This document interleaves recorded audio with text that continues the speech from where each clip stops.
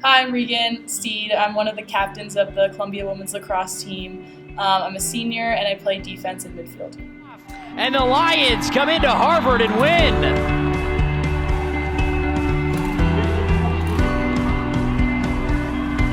I didn't start playing lacrosse until high school. So I was a freshman in high school and I actually started playing lacrosse. But I had played basically every sport imaginable growing up. I played basketball, I played soccer, I swam competitively, tried softball for a little bit, tried everything. And then my mom thought that I'd be really good at lacrosse because I was fast, and she kind of pushed me to try out. And I ended up trying out and making varsity.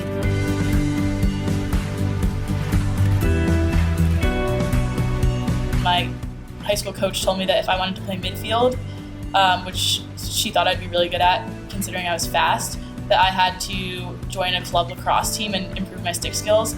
So that's what I did. I joined a club lacrosse team just to get better. Then it just kind of progressed from there.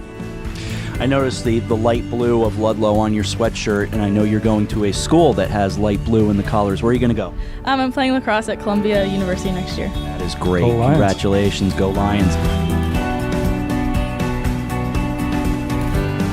I think being a female athlete is a great experience here.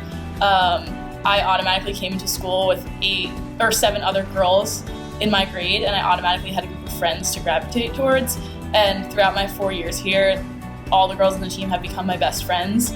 I think being captain of the team is at times really difficult. I'm trying to lead by going to all of our community service events and by coming to practice early and staying late, and that takes it's a big burden on my time that I have to spend on academics and other things, but just kind of making those sacrifices to better the team.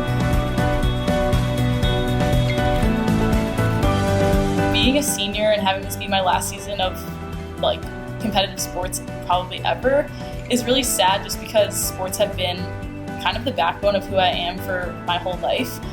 I'll try to stay involved in sports in some capacity, but I'm definitely going to miss that team aspect that's been with me my whole life, and just that competitive spirit that I've had in all of these games. So it'll be sad.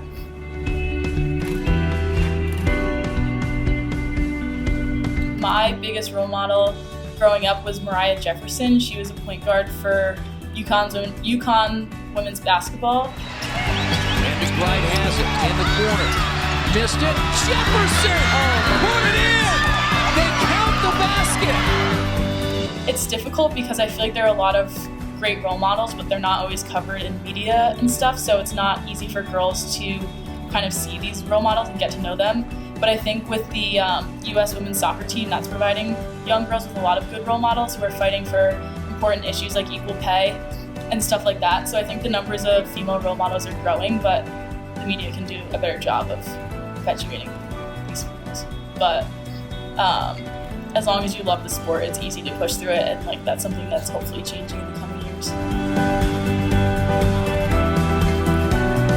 Stepping on the field is a really great feeling. I always feel a little bit nervous, even though I've been doing it for so long. It's just a feeling of excitement, a little bit of a rush. To young girls trying to pursue sports, definitely try all the sports possible. I think in today's day and age, there's a lot of pressure to specialize in one sport, and I don't think that's good for young kids. I think playing a lot of sports teaches you a bunch of different skills that can be applied towards a sport when you specialize later on.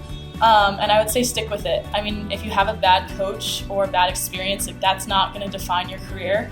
I had one awful year, but it really ended up helping me in the long run. So stay with it and make changes if you need to, but don't quit.